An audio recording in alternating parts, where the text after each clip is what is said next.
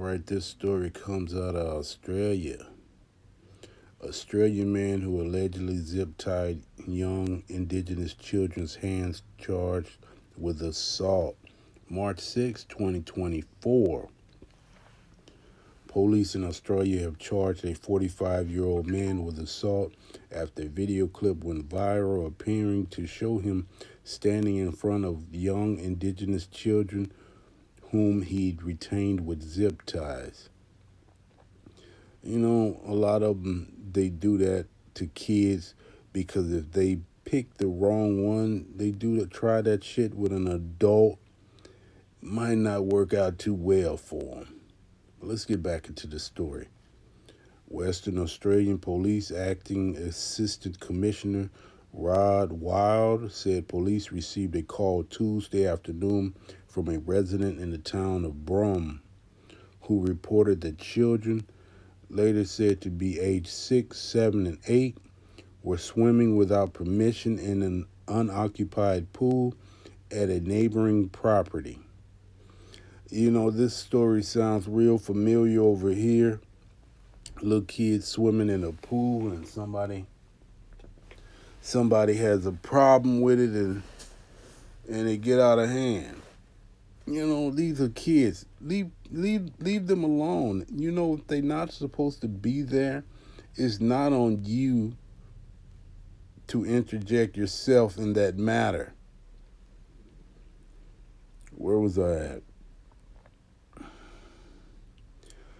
10 minutes later, the police said they received a second call from the man telling them he'd restrained the children for causing damage at the same location.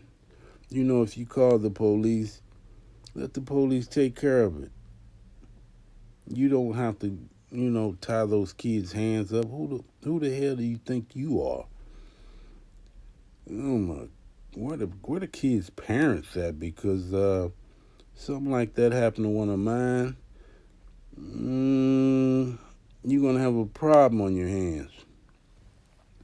Officers who arrived at the home found the two younger children physically restrained with zip ties and later found the 8-year-old boy who had fled the scene.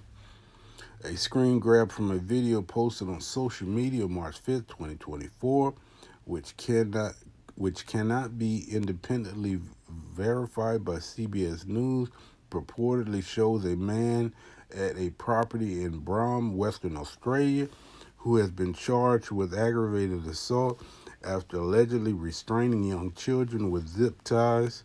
The police said the level of force used to restrain the children was not proportionate in the circumstances. You know, he probably should get more than assault charges because here, if you do that to someone, you will get a kidnap charge on you. So the charge is probably some small, not too, not indicative of the crime he committed. He needs to be in jail for a while for doing that to those children.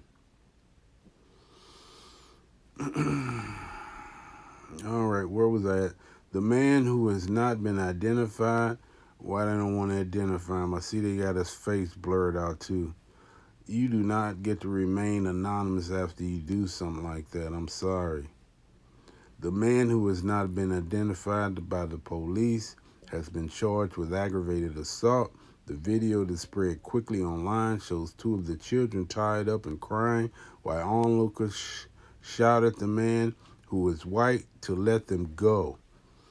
You know, just someone there should have just went and freed those children. That's what I'm gonna say. You know, you shouting at them to let them go. Why didn't you get up and let them go? He has no authority over those children.